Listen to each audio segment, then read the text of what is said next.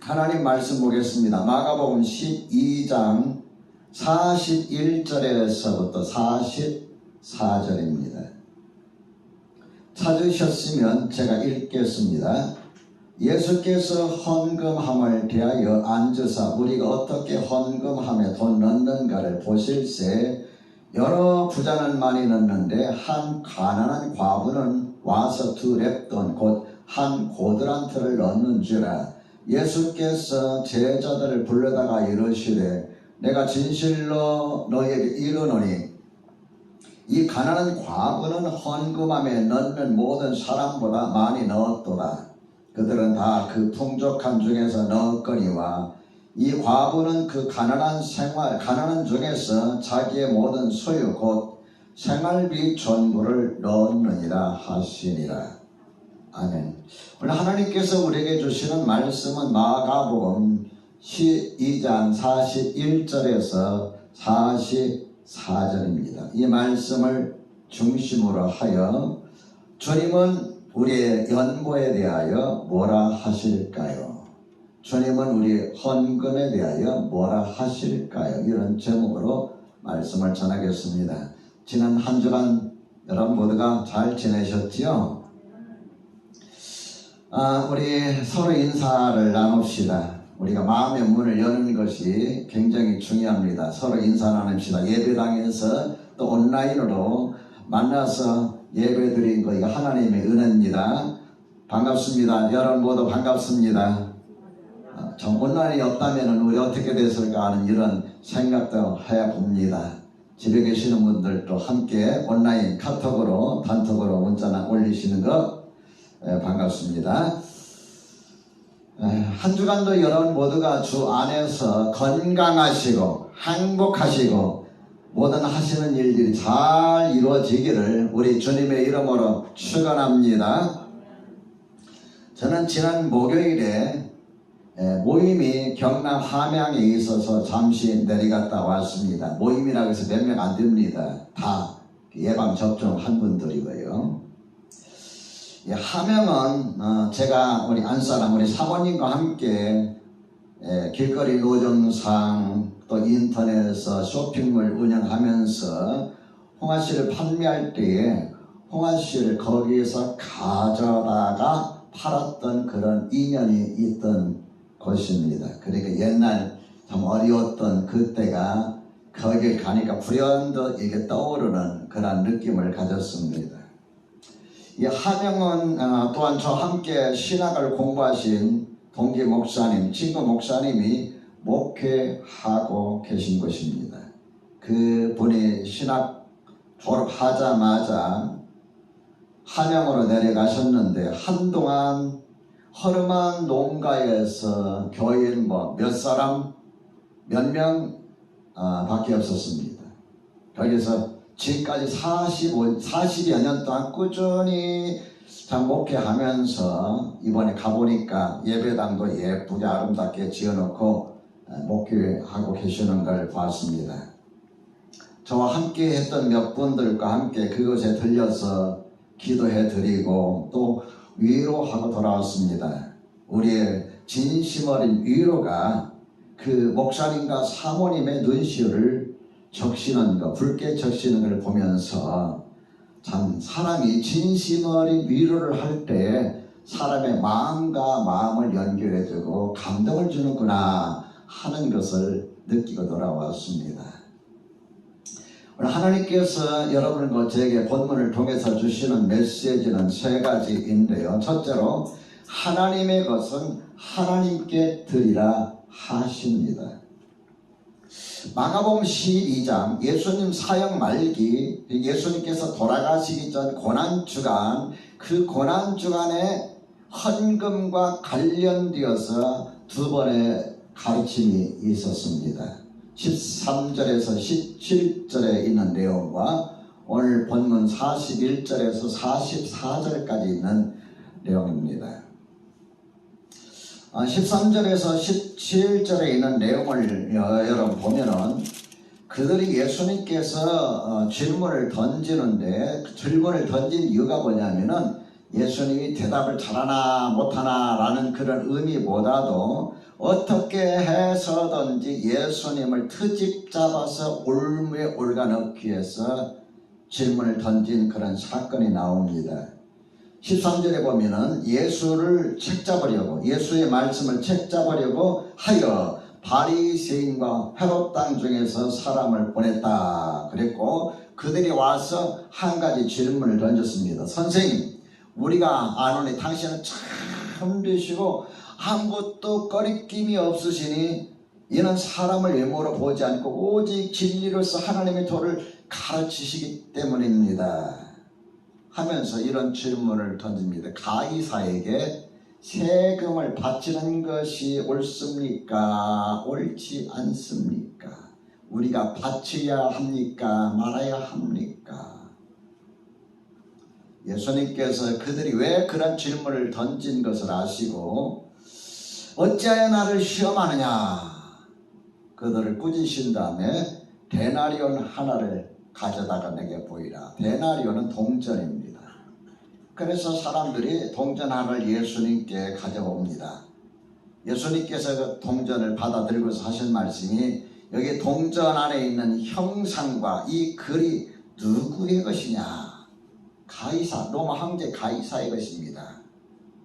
가이사의 것은 가이사에게, 하나님의 것은 하나님께 바치라. 여러분, 왜 이 사람들이 와서 가이사에게 세금을 바치는 것이 옳습니까? 옳지 않습니까? 질문을 던졌느냐 하면은 바리새인들은 로마 황제에게 세금을 바치는 것은 옳지 않다. 그것은 나라를 배신하는 것과 같다. 그 사람들 배불리는 일에 우리가 바칠 수 없다. 이런 마음을 가지고 있었는데 헤롯 땅은 정부에 세금을 내는 것이 당연하지. 그렇지 않아요? 그러니까 여러분 어떻게 하라는 거예요? 바리새인과 헤롯 땅은 서로 생각이 달라요. 바리새인들은 정부에 정부에 세금을 바치는 것은 로마 황제에게 세금을 바치는 것이고, 로마 황제는 지금 우리를 탄압하고 있는데 그것이 옳은가? 이거 잘못된 일이다. 바칠 수 없다. 헤롯 땅은 그래도 그들의 통치를 받고 있으니까 우리가 통치 받는 동안에는 그들의 세금을 바쳐야 된다. 여러분 어떤 게 옳아요? 바리새인의 손을 들어주면은 헤롯 땅이 고발할 것이고, 헤롯 땅에 손을 들어주면은 예수님은 민족의 반역자가 되는 겁니다. 아주 난감한 질문을 던졌어요. 다시 말하면 그들의 생각이 요즘 표현으로 말하면 신의 한 수였던 거예요. 가이사에게 세를 바치는 것이 옳습니까? 옳지 않습니까? 예수님 빠져나갈 수가 없잖아요. 신의 한 수였던 거예요. 근데 예수님께서는 동전을 딱 받아 들고 하신 말씀이, 이 여기 있는 이 형상과 그림과 이 글이 누구의 것이냐? 가이사입니다. 그러면 가이사의 것은 가이사에게, 하나님의 것은 누구에게? 하나님에게. 우리는 이 예수님 말씀 가운데서 헌금의 굉장히 중요한 원리를 발견하게 됩니다. 하나님의 것은 누구에게? 하나님에게. 여러분, 그러면 당시 하나님의 것은 어떤 것일까요? 하나님의 것. 하나님의 것은 어떤 것을 일컬어서 하나님의 것이라고 말할까요? 말라기 3장 7절에서부터 12절에 보면은 이런 말씀이 있습니다. 사람이 어찌 하나님의 것을 도둑질하겠느냐? 하나님의 것이라 그랬어요.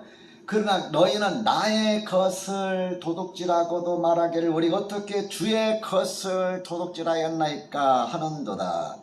이는 곧 11조 헌물이라. 그 구약성경에서 하나님의 것은 뭐라 그랬어요? 11조 헌물이라. 너희 온 나라가 나의 것을 도둑질하였으므로 너희가 저주를 받았느니라. 이러시면서 하나님께서 이런 말씀하십니다. 만군의 여호와가 이르노라. 너희 온전한 11조를 창고에 들여 나의 집에 양식이 있게 하고 그것으로 나를 시험하여 내가 하늘문을 열고 너에게 복을 쌓을 것이 없도록 붙지 아니하나 보라. 온전한 11조를 창고에 들여 나의 집에 양식이 있게 하고, 하나님께 드린 11조를 가지고서 누가 먹고 살았습니까? 레위인과 제사장들이 주님을 섬기는 성전에서 봉사하면서 그걸로 먹고 살았으니까 나의 집에 양식이 있게 하고, 그것으로 나를 시험하여 내가 하늘 문을 열고 너에게 복을 쌓을 것이 없도록 굳지 아니하나 보라 하시면서 만군의 여호와가 이르노라. 내가 너희를 위하여 메뚜기를 금하며 너의 토지 소산을 먹어 없애지 못하게 하며 너희 밭에 포도나무 열매가 기한 전에 떨어지지 않게 하리라. 너희들 농사한 것 헛되지 않게 하겠다. 그러면서 너희 땅이 아름다워짐으로 모든 이방인들이 너희를 복되다 하리라. 모든 안 믿는 사람들 너희를 복되다 하리라. 믿으시면 아멘 합시다. 만군의 여호와의 말이니라. 제가 언젠가 이 성경 구절을 읽으니까 초신자 한 분이 하는 이야기가, 목사님이 나를 도둑놈이래. 그러니까 그 교회 안 나왔어요. 이 제가 한 이야기 안 해요, 여러분. 하나님께서 말라기 선지자를 통해서 하신 말씀이 얼마나 마음이 아파가지고 얼마나 힘들었는지 몰라요.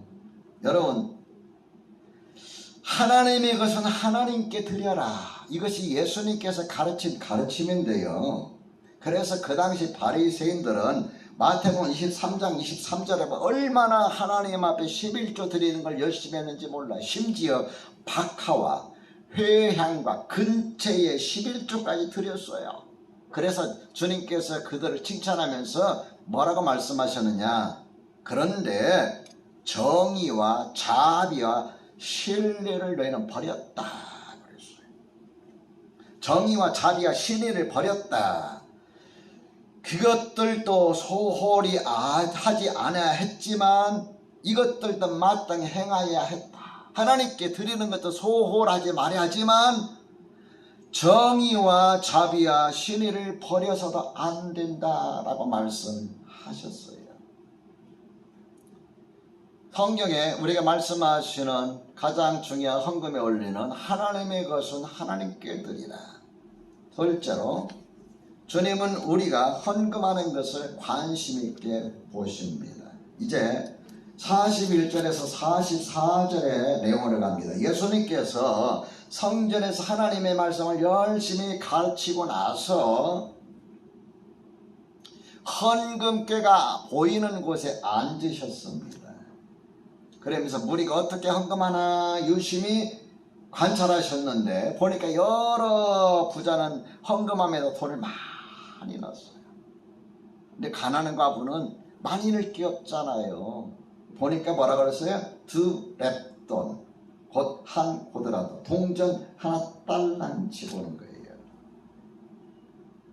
예수님께서 제자들을 불러다가 말씀하십니다. 내가 진실로 너에게 이르노니 이 가난한 과부는 헌금함에 넣는 모든 사람보다 많이 넣었도다. 그들은 다 그 풍족한 중에서 넣었거니와 이 과부는 그 가난한 중에서 자기의 모든 소유 곧 생활비 전부를 넣었느니라. 이렇게 예수님께서는 과부의 한 동전 헌금을 칭찬하시는 겁니다.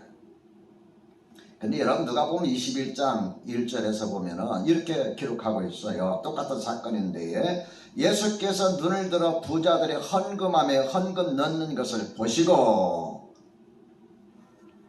또 어떤 과부가 두 렙돈 넣는 것을 보시고 그랬어요. 눈을 들어라는 것은 뭘 말합니까? 그냥 무심코 봤다는 말이 아니라 유심히 살펴보셨다 그 이야기예요. 눈을 들어 보시고 보셨다. 예수님께서 관심 있게 그들이 하나님 앞에 헌금하는 것을 보셨다. 여러분, 저는 이 말씀을 보면서 뭘 느끼느냐면요, 헌금에 대한 사람들의 관점과 예수님께서 보시고 판단하시는 관점에 많은 차이가 있다. 사람들은 누가 얼마나 많이 헌금했느냐 여기에 관심이 있어요. 여러분 혹시 그렇지 않아요?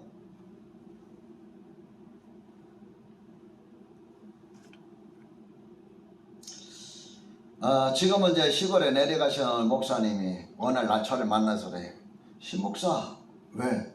우리 교회 헌금 11조 하는 사람 311조 하는 사람 왔다. 자랑을 해요. 그러니까 이제 모든 문제 끝났다 그 말이에요. 근데 제가 이제 그 당시 하나님 너무 우리 교회가 어려워. 하나님 11조 많이 좀 하는 사람 좀 보내주시면 안 돼. 근데 우리한테란 게 그리 갔어요.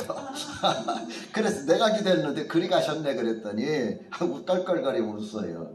근데 제가 하나님 앞에 감사하는 거 뭐냐면은 우리 하나로 교회는 헌금을 11조를 많이 하는 분이 없습니다. 그게 저는 감사해요. 왜 그런 줄 아세요? 헌금을 많이 하면은 사람들의 관심을 갖게 돼요. 헌금을 많이 하면은 자기도 모르게 힘이 주어지게 돼요. 이 인간이에요. 여러분 그렇죠? 그래서 하나님은 저한테 너 거기 신경 쓰지 마라. 그래서 많이 하는 사람을 안 보내주시고 적게 하는 사람에게 조금씩 더 여러분 소득을 넓게 해주시고 넓혀주시고 많게 해주셔서 비슷하게 하시는 그 은혜를 저는 감사드립니다. 여러분 모두가 다 비슷하게 이렇게 올라가시기를 주님의 이름으로 축원합니다. 또 하나님 어떻게 하시는지 저는 모릅니다만은. 그리고 예수님께서 헌금에 대해서 가지신 관점은 뭐냐면 얼마나 많이 했느냐 그것이 아니라 몇 퍼센트를 했느냐. 여러분 누가 객관적으로 보면은 우리 눈으로 보면은 누가 헌금 많이 했어요? 헌금합니다. 찰랑찰랑 이 집어넣는 사람 넣는 사람하고 그냥 땡그랑 한 푼 넣는 사람 누가 많이 했어요? 우리가 인간적인 면에서 볼 때 찰랑찰랑 넣는 사람이잖아요. 근데 예수님께서 뭐라 했어요? 딸랑하고 동전 하나 넣는 사람이었어요. 왜? 예수님의 평가가 바로 무엇이었느냐 하면은 이 가난한 과부는 헌금함에 넣는 모든 사람보다 많이 넣었다고 말씀하시면서 그들은 그 풍족한 중에서 일부를 넣었지만 이 가난한 과부는 뭘 넣었다 그랬어요? 자기의 모든 소유가 뭐였어요? 생활비 전부를 넣었다. 근데 누가 많이 넣은 거예요? 주님께서 보실 때는 딸랑 한 동전 한 입 소리지만은 그게 엄청나게 크게 받으신 거예요. 믿으시면 아멘 합시다. 저는 그래서 이 말씀을 읽고 설교 준비하면서 깨달은 것이 뭐냐면 가난하다고 해서 드릴 것이 없는 것은 결코 아니다. 믿음의 문제다. 제가 예수님 영접하고 나서요 얼마나 감사했는지 하나님께 뭔가 드리고 싶은 게 드릴 게 없어요. 진짜 신학생인데 무슨 돈이 있겠어요? 시골에서는 제가 신학 공부하는 걸 모르고 계시는데 형님이 주는 용돈 조금 한두 푼 5,000원 많으면 10,000원 2,000원 3,000원 그 당시 2,000, 3,000, 5,000원 더 큰 거예요. 제가 한 달 생활비가 2만 원이에요. 그 2만 원 11조 얼마 하겠어요? 2,000원인데 차마 2,000원 할 수가 없어. 5,000원 15,000원 남아요. 자, 그 다음에 감사를 해야 되는데 1,000원 할 수 없으니까 2,000원을 해. 그 얼마 헌금했어요? 7,000원. 그 13,000원인데 13,000원 가지고 한 달을 살아야 돼요. 또 여러분 한 달에 주일에 한 번 있는 게 아니라 4번 있잖아요. 매주일마다 2,000원씩 감사한금을 해요. 그러면 4주면 얼마예요? 8,000원이잖아요. 그러면 5,000원 8,000원 얼마예요? 13,000원. 그럼 7,000원 가지고 사는 거예요. 차비가 없어서 수없이 많은 날들을 걸어 다녔습니다. 어디서부터 어디까지 걸었냐면 불광동에서 서울역까지, 서울 서부역까지 2-3시간을 걸어서 학교를 가고 그리 걸어서 왔어요. 점심 먹을 것이 없으니까 맹물 마셨어요. 그렇게 하면서도 얼마나 하나님의 은혜가 감사한지 너무너무 감사한 거예요. 이 감사하니까요 걷는 것도 즐거워요. 감사하니까요, 배고픈 것도 배불러요. 하나님 앞에 은혜 받고 감사하니까 뭔가 더 드리고 싶어요. 드릴 게 없어요. 형님이 용돈 뭐 예를 들어 5,000원 주면 그 다음 주일날 그게 반드시 11조예요. 11조에 아니라 감사헌금이에요. 얼마나 감사한지 몰라요. 돈이 없어서 헌금을 못하는 것이 아니라 믿음의 문제구나. 제가 그때 깨달은 거예요. 옛날에는 주보에 맨날 그 11조 감사헌금 선교헌금이 건축을 다 이름 썼습니다. 근데 이름은 한 달에 한 번씩 11조 나오지. 매주마다 감사 나와주니까 어느 날 저희 누나가 저 따라서 교회 왔는데 시험 들었어요. 너는 용돈 있으면 전부 다 교회에다 갖다 바치냐? 시험 들었어요. 나중에서 그것이 무엇인지를 누나가 알면서 하나님 앞에 참 헌신적으로 하나님을 섬기는 걸 봤습니다. 여러분, 가난하다고 해서 드릴 것이 없는 것이 아니라 믿음이 약하니까, 믿음이 없으니까 못 드리는 거예요. 예수님은 우리의 중심, 마음을 보십니다. 믿으시면 아멘 합시다. 많은 액수가 아니에요. 내가 하나님 앞에 드리고자 하는 그 마음 그 자체를 기쁘게 받으십니다. 여러분, 우리가 한번 생각해 봅시다. 내가 하나님께 늘 물질 생활을 하는데 하나님께서 내가 드리는 헌금을 어떻게 보셨을까? 그것도 괜찮잖아요. 그냥 무조건 막 드리지 말고 생각하면서 감사하면서 그걸 마음에 담고 믿음으로 고백하면서 드릴 때에 그것이야말로 진짜 가치 있고 주님이 기뻐 받으시는 예물입니다. 셋째로, 헌금은 하나님이 우리를 축복하시는 축복의 근거입니다. 여러분, 우리가 확실히 알아야 할 사실 두 가지가 있는데요. 한 가지는 헌금은 구원과는 아무런 관계가 없어요. 그러니까 헌금 때문에 시험 들어서 교회 안 나간다 하지 마세요. 아무런 관계 없어요. 그렇죠? 헌금 많이 해서 천국 가고 헌금 적게 못 가나요? 아닙니다. 헌금 한 푼 안 해도 다 천국 가요. 우리가 어떤 자격이 있어서 구원받은 게 아니에요. 착하거나 돈이 많거나 헌금 많이 하거나 여러분 좋은 일 많이 해서 구원받은 게 아니에요. 우리 여러분과 나는 다 하나님 앞에서 죄인이에요. 모든 사람이 율법 아래 다 죄 아래 있다. 모든 사람이 죄를 지었으면 하나님의 영광에 이르지 못한다고 그랬어요. 그러니 예수님께서 여러분과 나를 위하여 십자가에 달려 죽으심으로 죄값을 다 지불하셨어요. 그 사실을 믿는 자에게 하나님께서는 죄 용서를 하시고 성령님께서는 거듭나게 하셔서 하나님 자녀 삼으신 겁니다. 여러분, 자녀들이 돈 좀 벌어가지고 아빠 엄마 안 갖다 준다고 자녀가 아닌 게 아니잖아요. 다 자녀잖아요. 똑같습니다. 그래서 로마서에 보면은 하나님의 선물은 예수 그리스도 안에 있는 영생이라고 그랬어요.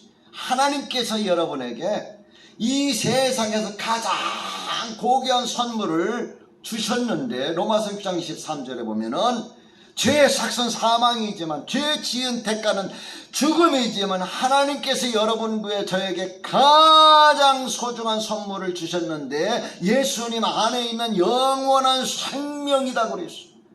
예수 그리스도를 여러분과 내가 영접하게 될 때, 믿게 될 때 하나님께서는 우리에게 이 땅에서만 사는 생명이 아니라 영원히 살 수 있는 생명을 주셨다 말씀하셨어요.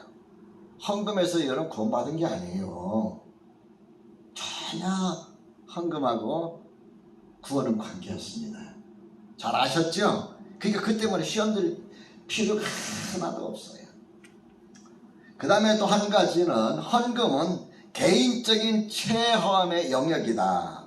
다시 말하면은 헌금은 물질 축복을 경험할 수 있는 방법이다. 그 이야기입니다. 여러분, 헌금은 해도 되고 안 해도 관계없지만 여러분과 제가 물질 축복을 체험하려면 믿음으로 결단하고 실행할 때 하나님께서는 그 일에 대하여 우리에게 물질로 복을 주십니다. 제가 이제 막 은혜를 너무너무 받아가지고서 개척을 시작할 때 이제 빈손으로 개척했잖아요.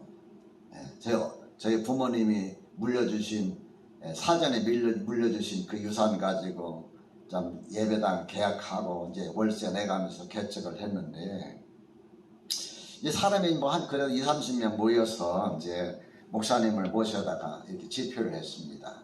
저희 스승 목사님을 모셔다 집회를 했는데 이튿날 이제 저를 불러요. 그때는 전도사죠. 신전사는 이리 좀 와보세요. 그래. 말투가 뭔가 좀 야단 맞을 말투예요. 앉으세요. 저 이제 스승이니까 앉았습니다. 무릎 딱 꿇고 앉았습니다. 저는 제 스승이나 이런 분에게 항상 무릎 꿇었습니다. 지금까지 양반다리 안 했어요. 다리 피세요 할 때까지. 그분이 저한테 이런 말씀하세요. 교인들을 깡통 차도록 가난하게 만들려고 하십니까? 그래요. 교인들을 깡통 차도록 가난하게 만든다.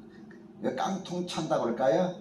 옛날 거지들이 밥 얻어먹으려면 뭐 가지고 다녔어요? 옆에다 깡통 차고 다녔죠. 한 푼만 주세요. 한 숟갈만 주세요. 밥 좀 주세요. 찬밥 좀 주세요. 깡통 차도록 가난하게 만들렵니까? 깜짝 놀랐어요. 제가 충격을 받았어요. 내가 왜 교인들 깡통 차게 만들어요? 깡통 차던 사람들도 통장을 만들어서 이렇게 저축을 해야지요. 안 그래요? 깜짝 놀랐어요. 이거 무슨 말씀이었더니, 내가 목회를 하는 게 헌금을 한 번도 가르친 적이 없다는 거예요. 딱 보니까. 그때 너무 충격이었어요. 그때부터 제가 1년에 한 번씩 헌금 설교를 했는데, 근데 희한하게 헌금 설교할 때마다 한 사람이 시험 들어서 교회 안 나온다고 그래요. 오늘도 어떨지 모르겠습니다만. 제가 목회를 쭉까지 84년부터 개척하면서 지금까지 쭉 해오면서 제 개인적인 목회 경험입니다. 이건요.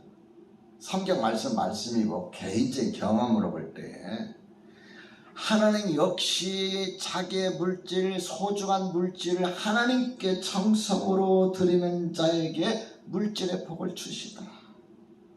이것이 제 목회의 결론입니다. 하나님은 우리를 달아보실 때 뭘로 달아보시느냐? 물질로 달아보셔요. 나의 믿음의 무게를 물질로 달아보셔. 그래서 내가 물질을 어떻게 관리하는지, 내 인격을 보시고 내 믿음을 보십니다. 사랑하는 성도 여러분, 저나 여러분 하나님 앞에 인색한 자 되지 마시고, 또 헌금 때문에 시험에 넘어져서 교회 안 다닌다 하는 말씀 하지 마시고, 여러분이 은혜 받아서 하고 싶을 때 그때 하세요. 저는 이 교회를 이끌어서 모든 어려움 다 겪었어요. 제가 처음에 말했잖아요. 우리 사모님은 저 노점상까지 했던 사람이 교회 살리기 위해서. 우리 명국순 집사님 아시잖아요. 그죠? 예, 목사가 노점상 그 당시 안 합니다. 굶어주고 손가락 빨고 교회 가서 도움 청하지요. 제 신분 숨기기 위해서요. 우리 교회 권사님이 앞으로 지난 홍화시를 사는데 들킬까봐 숨었어요. 사가지고 가셨어요. 옆에 계신 분이 팔아줬어요. 그래 가지고 내가 지난번에 용산에 가서 홍화시를 했는데 먹고 있는데 뭐 건강해지는 것 같다. 그런데 그게 누가 판 거예요? 제가 판 거예요. 우리 사모님이 숨었어요. 신분 밝혀질까 봐서. 저는 그렇게 교회를 이끌어 왔습니다. 그래서 여러분의 물질 헌금을 하고 안 하고 전 연연하지 않습니다. 지금도 제가 우리 재정부 우리 재정부장님께서 이렇게 페이퍼를 보고서를 거의 안 봅니다. 얼마 지출됐는지 얼마 수입이 됐는지 거의 안 봅니다. 이 수입을 이거 헌금 많이 했구나, 복 많이 받았구나, 이것도 좋은데 내 마음이 뺏길까봐 쏠릴까봐 서운해도 여러분 용서하세요. 여러분을 골고루 대하고 싶어서 그런 거예요. 똑같이 축복해주고 싶어서 내 마음이 한 곳에 쏠리지 않도록. 예수님께서 보실 때에 여러 부자들이 철렁철렁 헌금했을 때 다니는 그 사실이잖아요. 그런데 뭐라고 하셨어요? 가난한 과부 그가 동정하니 보시고 이 사람이 다 많이 넣었다. 만일 그 과부가 그 이야기 들었으면 얼마나 힘이 되었겠어요. 그죠?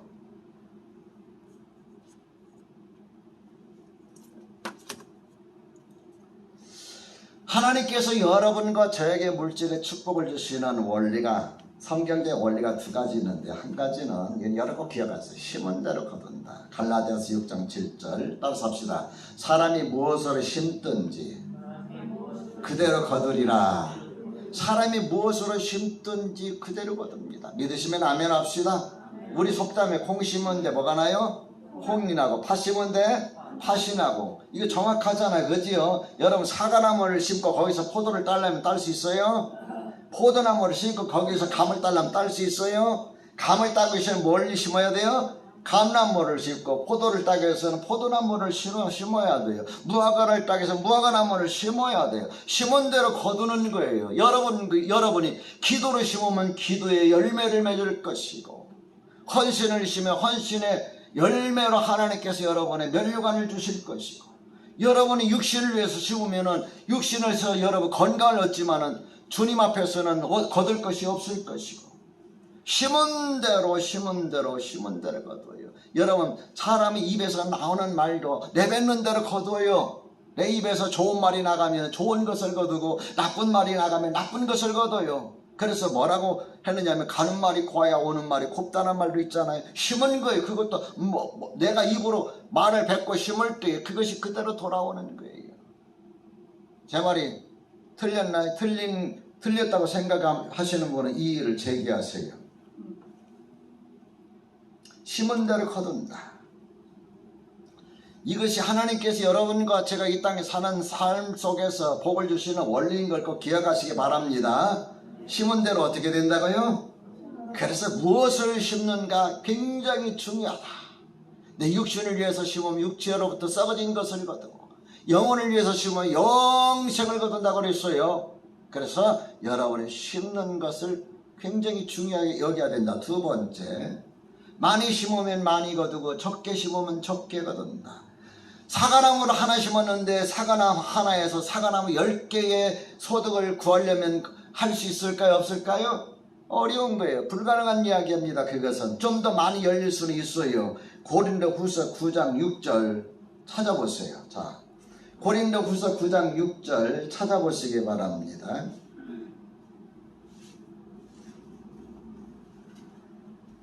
자, 읽어봅니다. 시작. 이것이 곧 적게 심는 자는 적게 거두고 많이 심는 자는 많이 거둔다 하는 말이로다. 적게 심는 자는 적게 거두고 많이 심는 자는 많이 거둔다 하는 말이다. 그 다음에 9장 7절 말씀 읽어봅니다. 시작. 각각 그 마음에 정한 대로 할 것이요 인색함으로는 억지하지 말지니 하나님은 즐겨내는 자를 사랑하시느니라. 즐겨낸다는 말은 두 가지 의미가 있습니다. 한 가지 즐겁게 낸다 하는 말이에요. 헌금할 때 여러분 마음에 깨름직하고 이거 인색한 마음을 하면 그 헌금의 의미가 없어요. 즐겁게 내세요. 많든 적든 한 랩돈이든 한 달 여러분 하나든 둘이든 간에 즐겁게. 그 다음에 두 번째 즐겨낸다는 의미는 뭐냐면은 내는 것을 즐긴다. 하나님께 드리는 걸 즐긴다. 예를 하나 들어볼까요? 자식이 있습니다. 1년에 한 번씩 오는데 1년에 한 번씩 용돈을 100만을 가지고 와요. 100만원. 그래서 아빠 용돈 100만원 뭐야? 아빠 필요한 데 쓰세요. 자, 그런 자식이 하나 있고 여러분 생각해보세요. 한 자식은 한 달에 한 번씩 5만원씩 가져와요. 1년에 얼마예요? 60만원 밖에 안 돼요. 그런데 부모님 입장에서 1년에 한 번 100만원짜리 자녀를 사랑할까요? 한 달에 5만원짜리 자녀를 사랑할까요?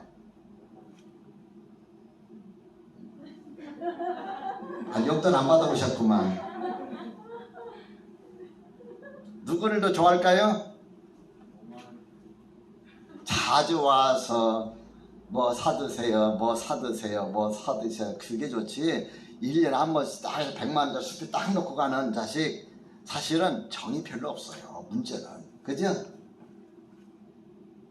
한 달에 한 번씩 뭐 이렇게 자주 와가지고 뭐 또 사주고 용돈도 주고 뭐 근데 100만 원보다 못하지만은 그 자식의 손길이 더 가는 거예요. 이거 뭐냐? 즐긴다는 거지.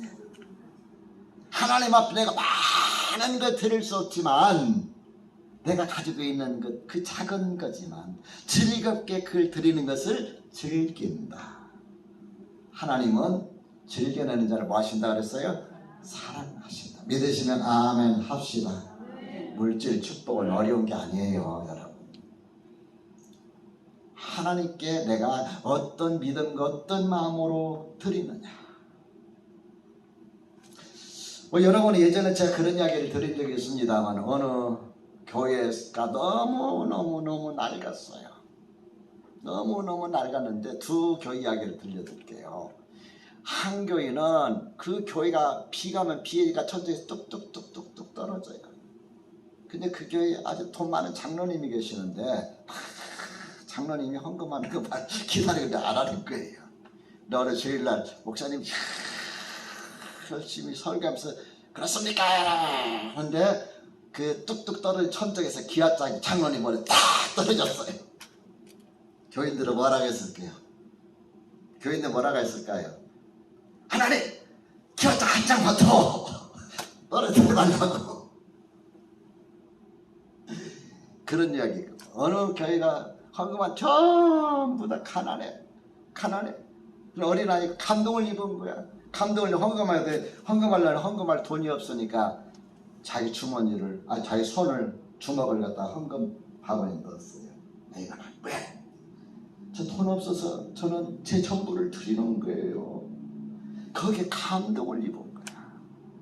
감동. 두 가지 예를 드렸는데 우리는 어느 쪽에서 갑니까? 하나님은 자기 마음을 드리는 자, 마음을 담는 자, 이런 자를 사랑하신다를 기억하면서 하나님의 사랑받는 저 여러분 되시기를, 이 땅에서 물질의 복을 받는 저 여러분 되시기를 제 이름으로 축원합니다.